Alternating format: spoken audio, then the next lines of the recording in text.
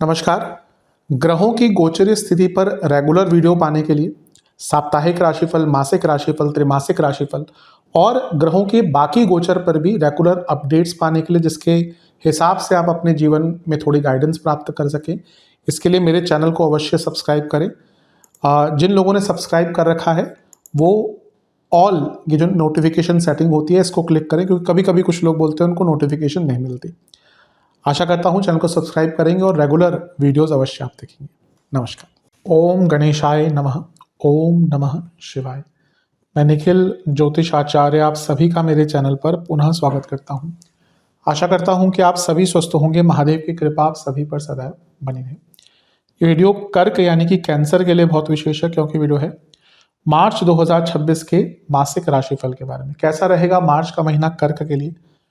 जो मेरा मासिक राशिफल होता है वो प्रमुखतः जीवन की मुख्य चीज़ों पर आधारित होता है, जैसे कि सामान्य विश्लेषण, career, business, income, investment, love life, married life, student, सेहत, और इसके साथ ही वीडियो के अंत में मैं कुछ विशेष उपाय भी बताता हूं जिसके करने से महीने की सकारात्मकता में वृद्धि होती है। यदि आपकी लग्न राशि या चंद्र राशि कर्क है, दोनों ही गाइडेंस के लिए इस राशिफल को देख सकते हैं। जहां से सूट और रिलेट ज़्यादा करता है वहां से देखिए। व्यक्तिगत तौर पे मेरा मानना है लग्न से अगर आप देखेंगे तो अच्छा, इनकेस नहीं पता है तो चंद्र राशि से भी इसको देख सकते हैं। शुरू करते हैं इस अत्यंत महत्वपूर्ण राशिफल का। शुरू करते हैं सामान्य विश्लेषण के साथ। ये महीना ऐसा है जहाँ पे थोड़ा सा कर्क के लिए संवेदनशील महीना है। फरवरी भी रहा था, मार्च भी रहेगा, क्योंकि अष्टम भाव में बहुत सारे ग्रह हैं और धीरे धीरे करके ही आगे बढ़ेंगे, लेकिन थोड़ा सा केयरफुल रहिएगा मार्च में भी।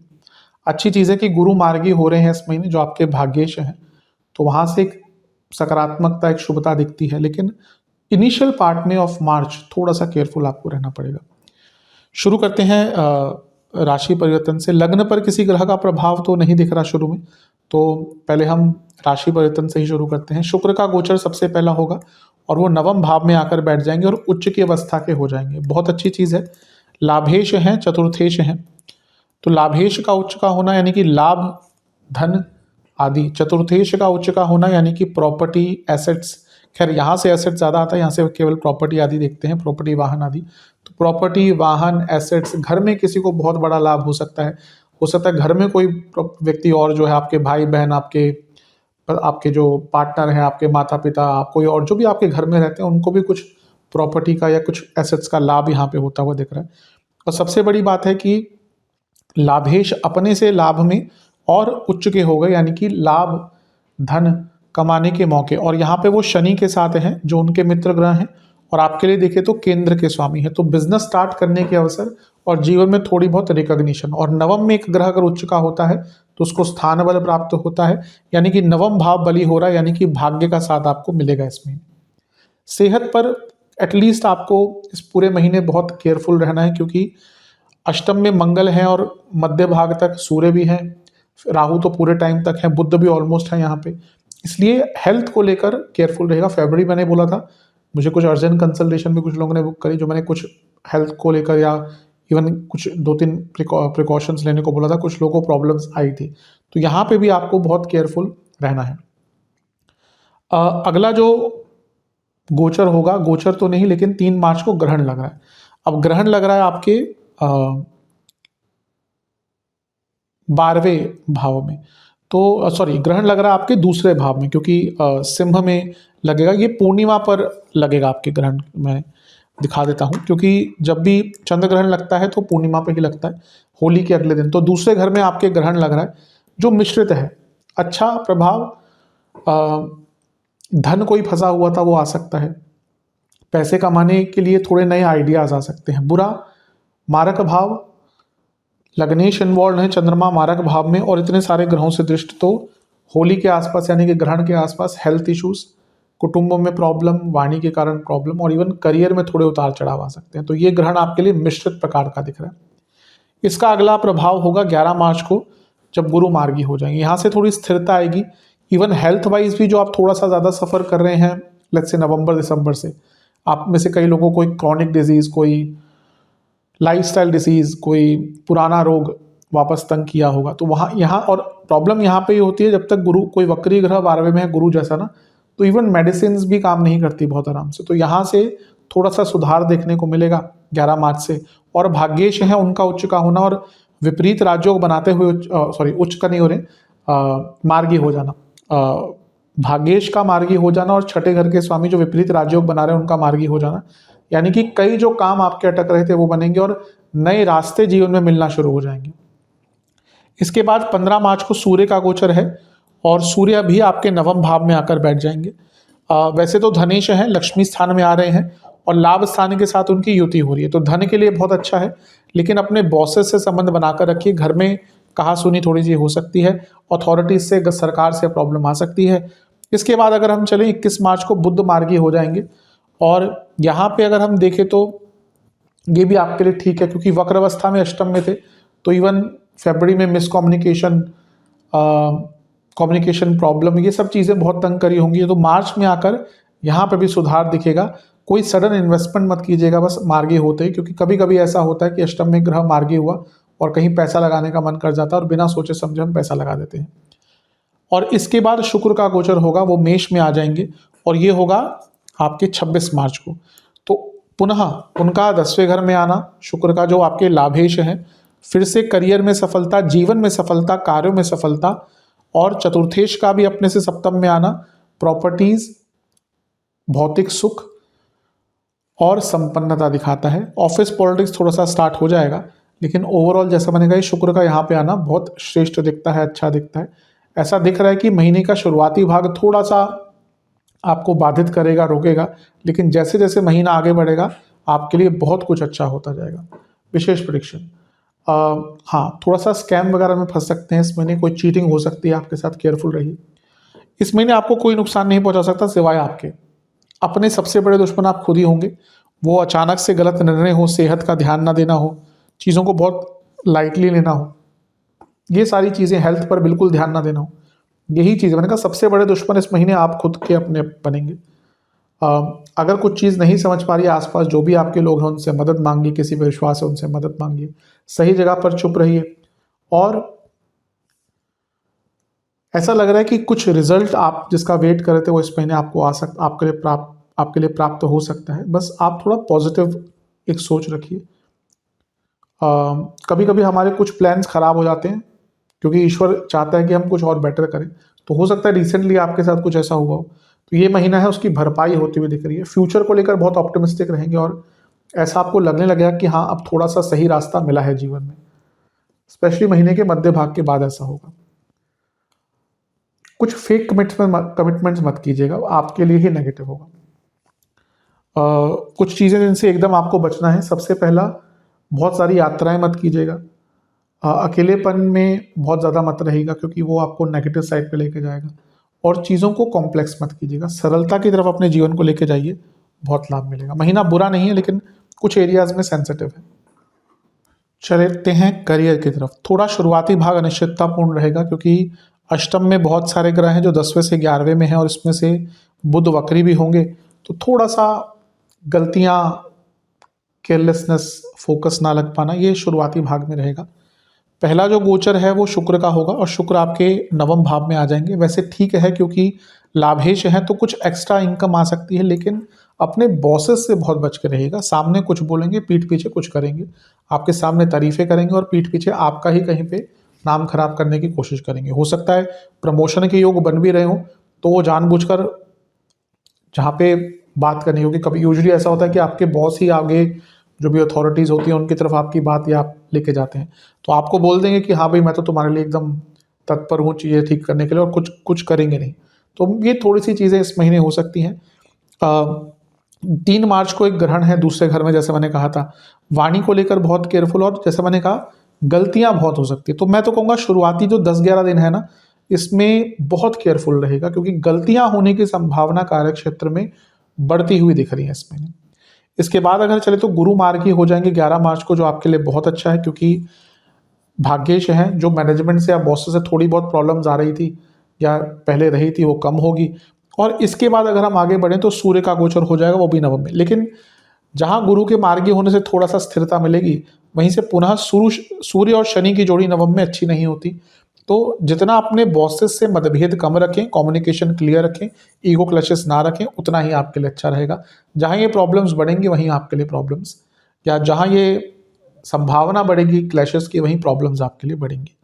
कार्यभार थोड़ा थोड़ा महीने के आगे जैसे चलता रहेगा, बढ़ता रहेगा। इसके बाद अगर हम बात करें तो 21 मार्च को बुध मार्गी हो जाएंगे।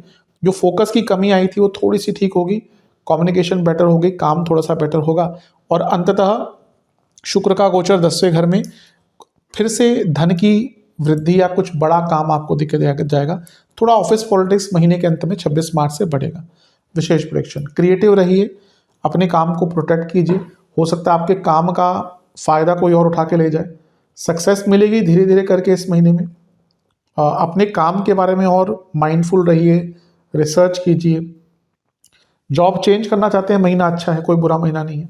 प्रॉस्पेरिटी धीरे धीरे आते हुए दिख रही है। बस एक बैलेंस लाइए, अपने करियर के प्रति डिवोटेड रहिए, क्योंकि ऐसा लगता है कि आप थोड़ा सा चीज़ों को लाइटली लेते हैं और उसके कारण आपकी जो परफॉर्मेंस है, मे बी आप अच्छा काम करते भी, फिर भी आपकी जो पूरी आउटलुक है ना वो ऐसी नहीं है कि जो ऊपर लोग काम करते हैं वो आपको ये सोचें कि हाँ भाई ये व्यक्ति आगे बढ़ सकता है। तो आई थिंक इन सब एरियाज पर अगर आप काम करेंगे तो आपके लिए बहुत श्रेष्ठ रहेगा। बुरा तो नहीं है महीना, लेकिन शुरुआती भाग में जैसे मैंने कहा थोड़ा एहतियात बरतें।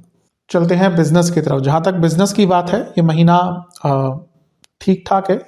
देखिए, शुरुआती भाग में आपके बहुत सारे ग्रह हैं अष्टम में, जो सप्तम से दूसरा है। इसमें अच्छी चीज़ यह है कि पैसा आ सकता है, लेकिन कोई बहुत ऐसी डील साइन मत कर दीजिएगा जिसमें क्लैरिटी नहीं है। कोई ऐसा काम मत पकड़ लीजिएगा जो आप नहीं कर सकते, या फिर कोई सडन बड़ी इन्वेस्टमेंट्स भी मत कीजिएगा, थोड़ा वेट करिएगा उसके लिए। पहला गोचर शुक्र का होगा, जो उच्च के हो जाएंगे शनि के साथ, क्योंकि शनि सप्तमेश है तो यही अच्छा है। कुछ बड़ा काम 2 मार्च के आसपास ही मिल सकता है, लेकिन जैसे मैंने कहा क्लैरिटी हो तभी आगे बढ़िएगा। 2 मार्च को ग्रहण है, यहाँ पे कुछ नुकसान हो सकता है क्योंकि सप्तम से अष्टम में है। कुछ सडन लॉसेस, सडन काम का अटकना 3 मार्च के आसपास हो सकता है। 2 मार्च को शुक्र का गोचर हुआ, 3 मार्च को ग्रहण लगा। 11 मार्च को गुरु मार्गी होंगे, जो सप्तम से छठे में थे। तो अभी क्या हो रहा होगा, बिजनेस में काम में जो गति है वो आपकी कम हो गई होगी, तो जो गति है वो दोबारा वापस आएगी और चीज़ें ठीक होती हुई दिख रही है, यहाँ से बेटर है आपके लिए। इसके बाद अगर हम बात करें तो 15 मार्च को सूर्य का गोचर होगा, और सूर्य भी आपके धनेश हैं और सप्तमेश शनि के साथ और उच्च के शुक्र के साथ बैठ जाएंगे, जो लाभेश हैं। ये इंडिकेट कर रहा है कि महीने के मध्य भाग के आसपास कोई बहुत बड़ा काम, बहुत बड़ा लाभ, स्ट्रक्चरल चेंजेस, इवन कुछ एक्सप्लोर करने का मौका बिजनेस में मिलेगा। बुध मार्गी हो जाएंगे 21 मार्च को, जो बहुत श्रेष्ठ है। जो आइडियाज पूरे नहीं काम कर रहे थे, जो प्लानिंग पूरी नहीं काम कर रही थी, वो प्लानिंग काम करेगी। और अंततः शुक्र का फिर से गोचर महीने के अंत में चौथे सप्तम से केंद्र में अंकित करता है कि एक विचारधारा में बदलाव आएगा, और अगर आप मार्केटिंग वगैरह पे काम कर रहे थे अपने बिजनेस की, तो उसका भी एकदम आपको लाभ देखने को मिलेगा। तो महीना बिजनेस के लिए अच्छा है। स्पेशल प्रेडिक्शन, बदलाव का मौका मिलेगा लेटर ऑन महीने में। थोड़े जागरूक हो जाइए, क्लिनजिंग कीजिए। कभी कभी क्या होता है ना, हमारी बॉडी में भी प्रॉब्लम आती है, हम क्या करते हैं, हम बॉडी की क्लिनजिंग करते हैं। आयुर्वेद की तरफ जाएं तो क्या करेंगे, वो पंचकर्म करेंगे, आपको अलग अलग प्रकार की क्रियाओं से निकालेंगे, आपकी डाइट चेंज करेंगे। तो वो क्या होता है, वो क्लिनजिंग प्रोसेस होता है। कभी कभी हमें अपने लाइफ में भी, करियर हो, बिजनेस हो, बाकी चीज़ें, क्लिनजिंग प्रोसेस करना होता है। पुरानी चीज़ों को सुधारिए, पहले अपनी कमियों को सुधारिए, एक अच्छा एनवायरनमेंट बनाइए और आगे बढ़िए। आइडियाज़ बहुत आएंगे, स्पेशली महीने के अंत में उनका उपयोग कीजिएगा। एक नई होप जागृत होती हुई दिख रही है उन लोगों के लिए जिनके लिए मे भी उतनी अच्छी जगहों पर या उतना अच्छा कुछ नहीं रहा हो। पहले कुछ महीनों में कुछ काम आपके नहीं बन रहे हो, थोड़ा आप होपलेस हो गए थे, तो काम बनेंगे। और भाग्य का भी बहुत भरपूर साथ इस महीने बिजनेस में मिलता हुआ दिख रहा है। अगर आप पार्टनरशिप में काम करते हैं तो अपने पार्टनर्स के साथ एक ट्रस्ट डेवलप कीजिए, क्योंकि एक ट्रस्ट डेफिसिट होता हुआ दिख रहा है। इनकम, इन्वेस्टमेंट और एक्सपेंसेस। इनकम के लिए महीना ठीक ठाक है, थोड़ा रुक रुक के पेमेंट्स आएंगी, लेकिन पैसा कमाने के योग हैं। इन्वेस्टमेंट शुरुआती 10 दिन कर सकते हैं, बहुत रिस्की नहीं, लेकिन कर सकते हैं। बीच के 10 दिन भी बहुत रिस्क नहीं लेने। अंतिम 10 दिन में थोड़ा रिसर्च कीजिए, थोड़ा होल्ड करके रिसर्च कीजिए इन्वेस्टमेंट के मामले में। जहाँ तक खर्चों की बात है, भयंकर और अत्यंत खर्चे होने वाले हैं इस महीने। कई तो ऐसे खर्चे होंगे जो आपको पता ही नहीं चलेगा कि ये कहाँ से आगे खर्चे, मतलब कि जो अचानक से, एक तो फिक्स्ड हमारे खर्चे होते हैं कि भैया इतना खाने पीने पे जाना है, इतना अगर रेंटेड मकान है तो रेंट पे जाना है, इलेक्ट्रिसिटी, ग्रोसरीज, ये सब। कभी कभी होता है अचानक से बहुत खर्चे आ जाते हैं, कुछ खराब हो गया, कुछ ये हो गया, कोई पुराना खर्चा अटका था, तो बहुत अनिश्चित खर्चे रहने वाले। तो अपने सेविंग्स को बचा के रखिए, फालतू खर्चे से बचिए इस महीने। सेहत पर बहुत आज खर्चा होता हुआ दिख रहा है। कुछ लोग इन्वेस्टमेंट भी करेंगे तो ऑब्वियसली कैश अपना जो अवेलेबल होता है वो तो कम होता ही है। सेहत से संबंधित चीज़ों पर बहुत खर्चा होगा, मे बी आप बहुत लाइफस्टाइल चेंज करने का विचार करेंगे, कुछ क्रिएटिव चीज़ों पे खर्चा होता हुआ दिख रहा है। और इसके साथ ही ऐसा लग रहा है कि कुछ जिनके कोर्ट केसेस चल रहे हैं उन पर भी बहुत खर्चा, उनका भी बहुत खर्चा हो सकता है। तो इन एरियाज में मुझे लगता है कि आपके एक्सपेंसेस बहुत ज़्यादा होने वाले हैं, एक्सपेंसेस रहेंगे, काफ़ी हाई एक्सपेंसेस रहेंगे। चलते हैं लव एंड रिलेशनशिप की तरफ। नो कॉन्टैक्ट सिचुएशन चांसेस नहीं है। नए रिलेशनशिप के चांसेस एकदम महीने के अंत में बन सकते हैं। जो लोग रिलेशनशिप में हैं, महीना बहुत अच्छा नहीं दिख रहा, क्योंकि पंचमेश यानी कि जो आपके मंगल हैं वो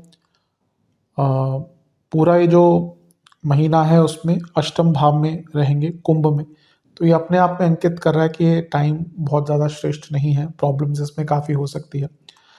अनिश्चितता बहुत रहेगी, अत्यंत कन्फ्यूजन, लड़ाई झगड़े, अनसर्टेनिटीज़, विश्वास की कमी रहेगी।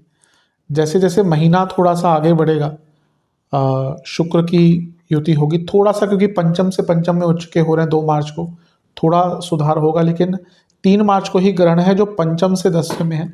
एक विचार जो एक धारा होती है वो नहीं मिल पाएगी इस टाइम पे, और लड़ाई झगड़े हो सकते हैं। 11 मार्च को गुरु का मार्गी होना पंचम से अष्टम में थोड़ा सा सुधार करवाएगा। सूर्य का गोचर लेकिन फिर से जब होगा 15 मार्च को, ये फिर से ईगो क्लैशेस करवाएगा। इसके बाद 11 मार्च को बुध मार्गी होंगे जो कम्युनिकेशन को क्लियर करेंगे, जो आपके बीच में ढंग से कम्युनिकेशन नहीं हो पा रही उसको क्लियर करेंगे, अच्छी चीज़ है। और फिर शुक्र का गोचर पंचम से छठे में, एक भाव से छठे में एक शुभ ग्रह आना, यानी कि जो प्रॉब्लम से उनको सॉल्व करना। तो ये मैं कह सकता हूँ कि शायद महीने के अंत तक आते आते रिलेशनशिप ठीक हो जाए, लेकिन शुरुआती भाग थोड़ा अनसर्टेन है। और अगर आप चाहते हैं कि बहुत बड़ी दुविधाएं ना आए तो कोशिश कीजिए शुरुआती भाग में लड़ाई झगड़े, इम्पेशंस, इस प्रकार की चीज़ें ना हो, और ताकि इन प्रकार की दुविधाओं से आप आराम से निकल जाएं। अंत में जैसे मैंने कहा चीज़ें ठीक हो सकती हैं। विशेष प्रेडिक्शन, पुरानी बातों पर बहुत झगड़े होंगे, अवॉइड कीजिए। कभी कभी इतना झगड़ा हो जाएगा कि मन करेगा एकदम रिलेशनशिप को ख़त्म कर दें, इससे भी बचिएगा। कभी कभी लोग बहुत इम्पल्सिव होकर चीज़ें कर देते हैं और बाद में पछताते हैं। लॉयल्टी का टेस्ट होगा इस महीने। एक्सेप्टेंस ले आइएगा, बहुत इंपॉर्टेंट है। कोई प्रोमिसेस, फेक प्रोमिसेस कि भाई अभी ठीक हो जाए, कुछ भी बोल देते हैं, नहीं, बिल्कुल मत कीजिएगा। ज़्यादा इमेजिनेशन मत लाइए, ज़्यादा इम्प्रैक्टिकल मत रहिए, ज़्यादा आगे का मत सोचिए। अभी जो चल रहा है उसको ठीक करने का प्रयास कीजिए, और कहीं पर अगर कुछ गड़बड़ होती है तो क्लैरिफिकेशन दीजिए। कभी कभी कर्क वालों की आदत होती है वो कम्युनिकेट नहीं करते और एस्केप करते हैं, और इसके कारण ही आगे जाकर प्रॉब्लम्स बड़ी होती हैं।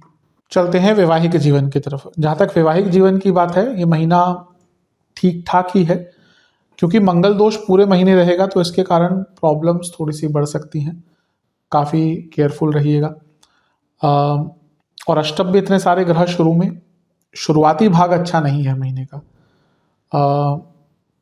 आपके लाइफ पार्टनर की सेहत के लिए भी और मैरिज में शांति के लिए भी। पहला गोचर शुक्र का होगा जो सप्तमी शनि के साथ आके लक्ष्मी स्थान में बैठेंगे। थोड़ी सेंस ऑफ मैच्योरिटी, थोड़ा सेंस ऑफ कॉम्प्रोमाइज बढ़ेगा, अगर प्रॉब्लम्स है उनको सॉल्व करने का मौका मिलेगा।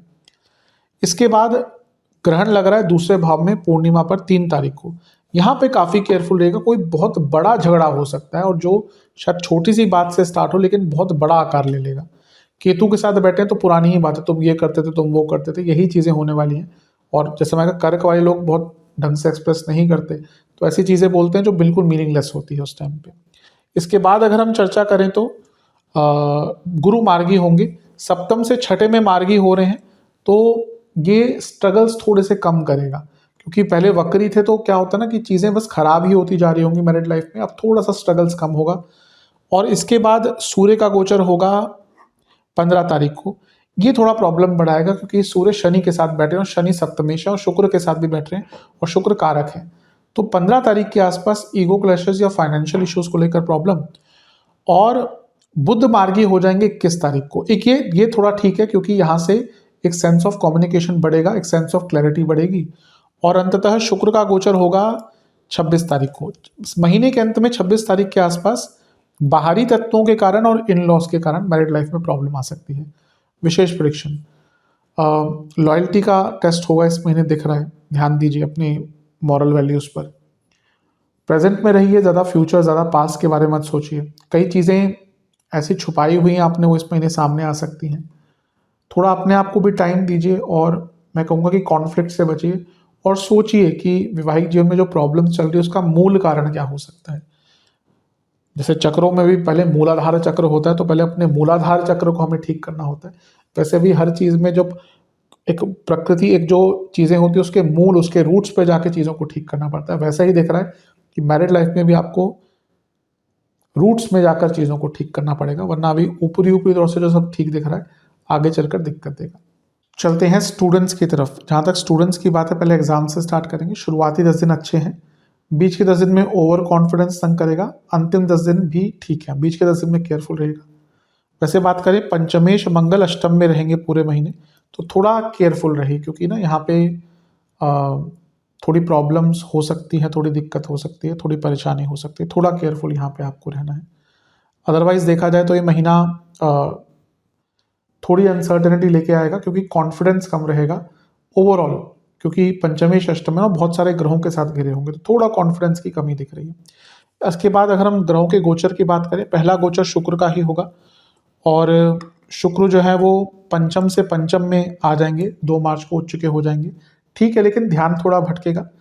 इसके बाद ग्रहण लगेगा दूसरे भाव में, थोड़ा कम्युनिकेशन को ध्यान दीजिएगा, पर ध्यान दीजिएगा 3 मार्च के आसपास, 3 मार्च को ग्रहण लगेगा, वहाँ पे कम्युनिकेशन पर ध्यान देना है। गुरु मार्गी हो जाएंगे, जो बहुत अच्छा है। जो चीज़ें बहुत विलंबित हो रही थी, डिले हो रही थी या कंसिस्टेंसी नहीं आ पा रही थी, 11 मार्च को जब गुरु मार्गी होंगे तो वहाँ पे सुधार मिलेगा। सूर्य का गोचर 15 मार्च को भी ठीक है, पंचम से पंचम में उनका आना श्रेष्ठता दिखाता है, थोड़ा कॉन्फिडेंस बढ़ाता है। और अंततः बुध का मार्गी हो जाना, जो कारक हैं स्टडीज़ के, 21 मार्च को और भी श्रेष्ठ है। तो महीना धीरे धीरे करके बेटर होगा। स्पेशल प्रेडिक्शन, पेशेंस रखिएगा, अपनी वर्थ बढ़ाइए, अपने कॉन्फिडेंस पर काम कीजिए, थोड़ा आध्यात्मिक रहिए, थोड़ा ग्रेस लाइए अपने कार्यों में। और सबसे बड़ी बात है कि अपने इच्छाओं पर थोड़ा नियंत्रण रखिए। इन सब पर आपने विचार किया तो अवश्य दुविधाओं से निकल पाएंगे। चलते हैं सेहत की तरफ। इस महीने जिनको इंटेस्टाइन, पुरुषों में प्रोस्टेट, महिलाओं में यूट्रस, जिनको डायबिटीज़, गॉल ब्लैडर, कोई क्रॉनिक डिजीज़, पैनक्रियाटिक इश्यूज़, पैरों से संबंधित रोग और इन्फेक्शंस का कोई प्रॉब्लम है, क्रॉनिक इन्फेक्शंस, उनके लिए परेशानी ज़्यादा बढ़ेगी। शुरुआती जो 10 दिन है इसमें एसिडिटी, पेट के रोग, हड्डियों के रोग, लोअर बॉडी में पेन, इन्फ्लामेशन। बीच के जो 10 दिन है इसमें नसों के रोग, आँखों के रोग, बीपी। अंतिम जो 10 दिन है इसमें कफ की प्रॉब्लम, ईएनटी की प्रॉब्लम, इन्फेक्शंस, फीवर, ये सब तंग कर सकता है। उपाय की बात करते हैं। एक पात्र में गंगा जल, कच्चा दूध, सफ़ेद तिल, गेहूँ और लौंग, ये सब मिलाकर शिवलिंग का अभिषेक करें। फिर गंगा जल से अभिषेक करें, सफ़ेद रंग की पुष्प की माला अर्पण करें महादेव को। घर में बने पंचमेवे की खीर का भोग लगाएं और वहीं पर बैठकर ओम देव भोजनाय नमः, ये चंद्र देवता का एक मंत्र है, ओम देव भोजनाय नमः, इसका 108 बार जाप करें। और ओम विश्वेश्वराय नमः, इस मंत्र का भी 108 बार जाप करें। ये उपाय करेंगे तो अवश्य बहुत लाभ मिलेगा। आशा करता हूँ वीडियो काम आएगी। चैनल पे नए हैं, सब्सक्राइब कीजिए, वीडियो को लाइक कीजिए। मिलता हूँ अगली वीडियो में, तब तक के लिए ओम नमः शिवाय।